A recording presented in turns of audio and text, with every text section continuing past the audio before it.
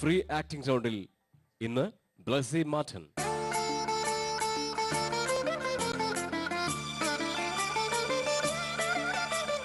ബ്ലസ്സി, ഈ വേഷഭൂഷാദിയും ഒരു ഗെറ്റപ്പ് എല്ലാം കണ്ട രണ്ട് രീതിയിൽ ചിന്തിക്കാം. ഒരുപക്ഷെ ഒരു ജയിൽ പുള്ളി ആയിരിക്കാം, അതല്ലെങ്കിൽ എന്തെങ്കിലും ഒരു മാനസിക ചികിത്സ ആവശ്യമുള്ള ഏതൊരു സ്ഥലത്തു നിന്ന് ഓടി വന്ന പോലെ ഉണ്ട്. ഈ രണ്ടിൽ ഏതാണ് ശരി?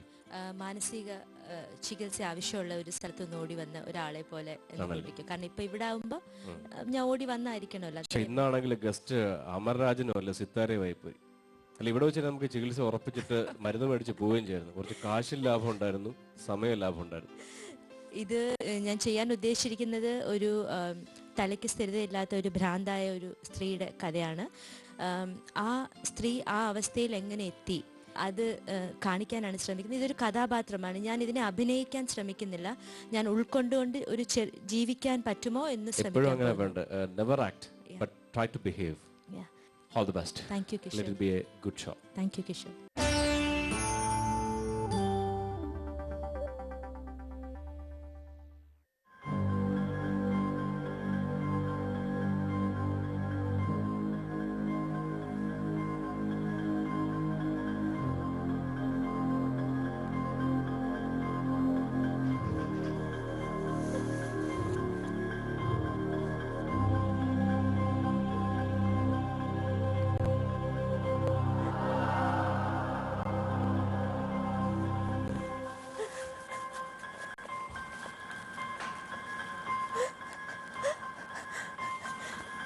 എന്നെ അറിയാമോ? ഞാൻ ലക്ഷ്മിക്കുട്ടി. എൻ്റെ ഈ അവസ്ഥ എൻ്റെ സ്വന്തം വീട്ടുകാര്, സ്വന്തമെന്ന് പറയാൻ ഒരമ്മാവൻ മാത്രം. അമ്മയച്ഛനെ കണ്ടിട്ടില്ല. കാർ ആക്സിഡന്റിൽ മരിച്ചു എന്നാ പറയുന്നത്. അതോ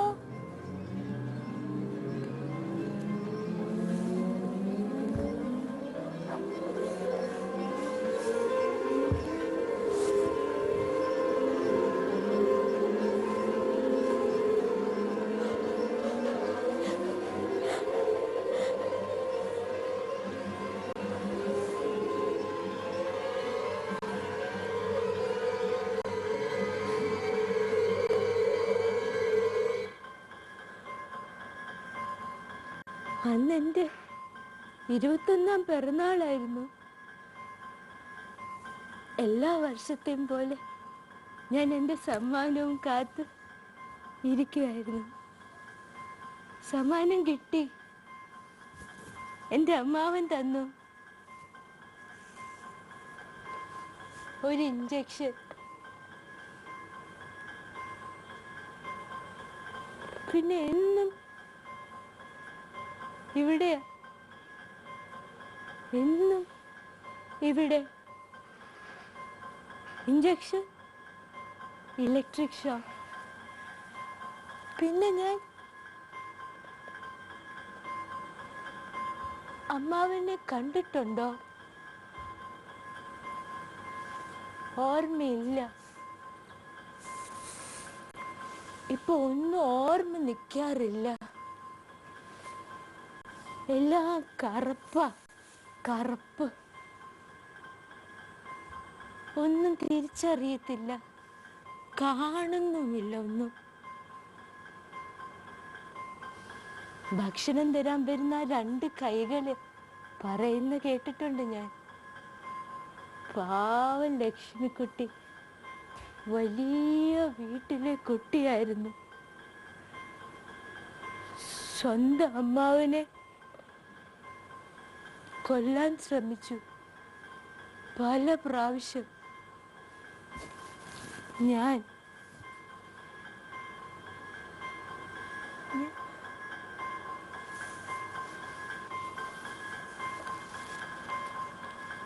പാവമല്ലേ ലക്ഷ്മിക്കുട്ടി? എൻ്റെ അമ്മാവൻ വരും എന്നെ കൊണ്ടുപോകാൻ. എൻ്റെ അമ്മാവൻ വരും.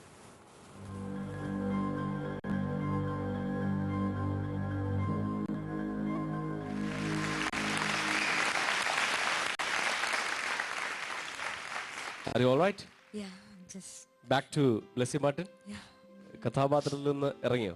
ഇറങ്ങി വന്നു, Okay. വന്നുകൊണ്ടിരിക്കുന്നു. എനിക്ക് സംസാരിക്കാലോ അല്ലേ? Yeah, yeah. എനിക്കിഷ്ടമായി Blessy. Thank you, Kishore. Thank you so much. ഇത് ആക്ടിങ്ങിലെ ഈ വേദിയല്ല എന്ന് ഉദ്ദേശിക്കുന്നത്, മൊത്തം ജീവിതത്തിൽ ആക്ടിങ്ങിലെ ആദ്യത്തെ സ്റ്റേജ് ആണോ? ആദ്യത്തെ സ്റ്റേജാണ്. ഞാൻ ഈവൻ ഓഫീസിലും അവിടെ ഡാൻസേ ചെയ്തിട്ടുള്ളൂ. ആക്ടിങ് ചെയ്ത ഇതുവരെ പറ്റിയിട്ടില്ല, ചെയ്തിട്ടില്ല. ആദ്യത്തെ അറ്റംപ്റ്റ് ആണ്. ഓക്കെ, ആദ്യത്തെ അറ്റംപ്റ്റില് നല്ല ശ്രമമായിരുന്നു. കാരണം ആ ഒരു ക്യാരക്ടർ ആവാൻ നമ്മൾ ഷൂട്ട് തുടങ്ങാൻ പറഞ്ഞില്ല, എനിക്ക് 1 മിനിറ്റ് സമയം വേണം. ബ്ലെസ്സി ആ ക്യാരക്ടറിലേക്ക് ആയതിനു ശേഷമാണ് you are trying to perform. അതെനിക്ക് ഒത്തിരി ഇഷ്ടപ്പെട്ടു. ബ്ലെസ്സി എനിക്ക് ഭയങ്കര ഇഷ്ടമായി. താങ്ക് യു ചേച്ചി, താങ്ക് യു സോ മച്ച്. ആ തുടക്കത്തിൽ വിത്തൗട്ട് ലിസണിങ് യു ക്രൈഡ്. ആ അവിടെ ബ്ലെസ്സിയുടെ കണ്ണിൽ കണ്ണീര് വന്നപ്പോൾ എൻ്റെ കണ്ണിലും കണ്ണീര് വന്നു. ഒരു ആർട്ടിസ്റ്റിനെ സംബന്ധിച്ചിടത്തോളം അതാണ്, നമ്മൾ എന്ത് ഫീൽ ചെയ്യണോ, എന്ത് പെർഫോം ചെയ്യണോ, അത് ഓഡിയൻസ് അത് അവർക്കും അതേ സെയിം ഫീലിംഗ് കിട്ടിയാൽ that's A success.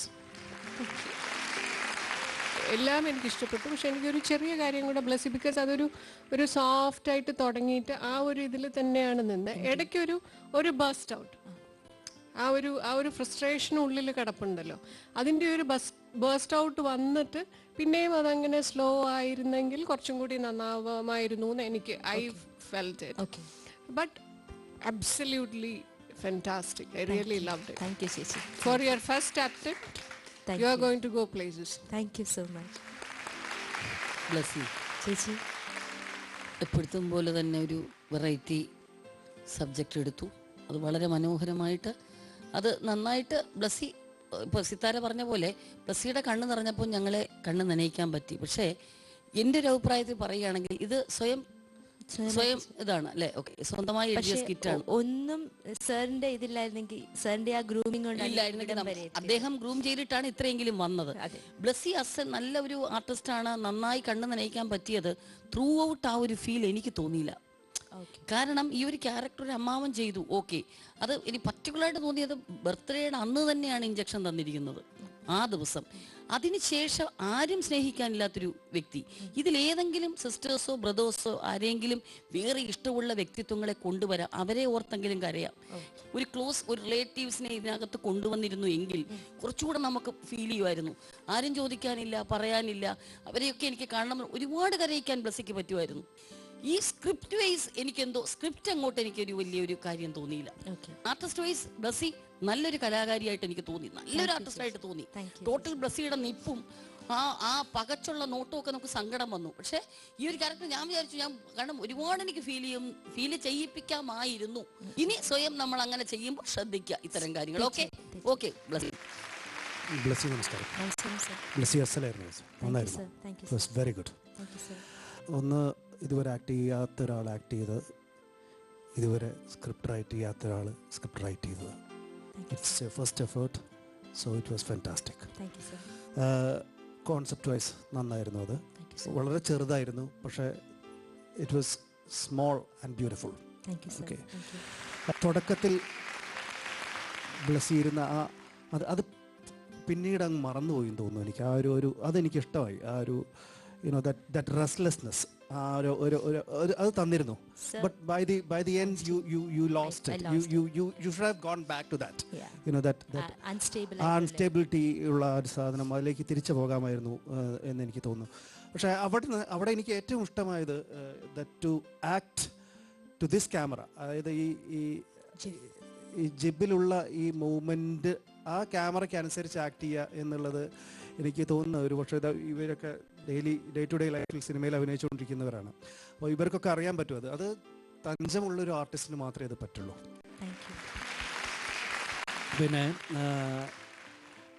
Sithara madam പറഞ്ഞ ആ ഒരു പോയിന്റ്, രണ്ട് തരത്തിൽ വരാം. അത് ഒന്ന് യു കുഡ് ഹാവ് ബേഴ്സ്ഡ് ഔട്ട് എന്ന് മാഡം പറഞ്ഞ ആ പോയിന്റ്, ബേഴ്സ്റ്റ് ഔട്ട് ചെയ്യാനുള്ളതില്ല അതിനകത്ത്. പക്ഷെ എന്നാലും ഒരു വേരിയേഷൻ ഓഫ് മൂഡാണ് ഉദ്ദേശിച്ചത്.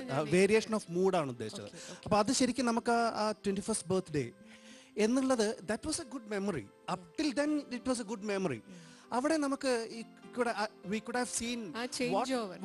what Lakshmi was. സർ എൻ്റെ അടുത്ത് അത് പറഞ്ഞ് You missed that. I You missed missed that. ഞാൻ ആ സീരിയസ്നെസ്സിലായി പോയിട്ട് എനിക്ക് തിരിച്ചു വരാൻ അതാണ് അത് അങ്ങനെ അതിനൊരു ടെക്നിക് ഉണ്ട് അത് അന്നത്തെ ലക്ഷ്മി എന്താണെന്നുള്ളതിന്റെ ഒരു ഇത് നമുക്ക് കാണിച്ചു തരും, ഒരു ഫ്ലാഷ് നമുക്ക് കാണിച്ചു തരികയാണ്.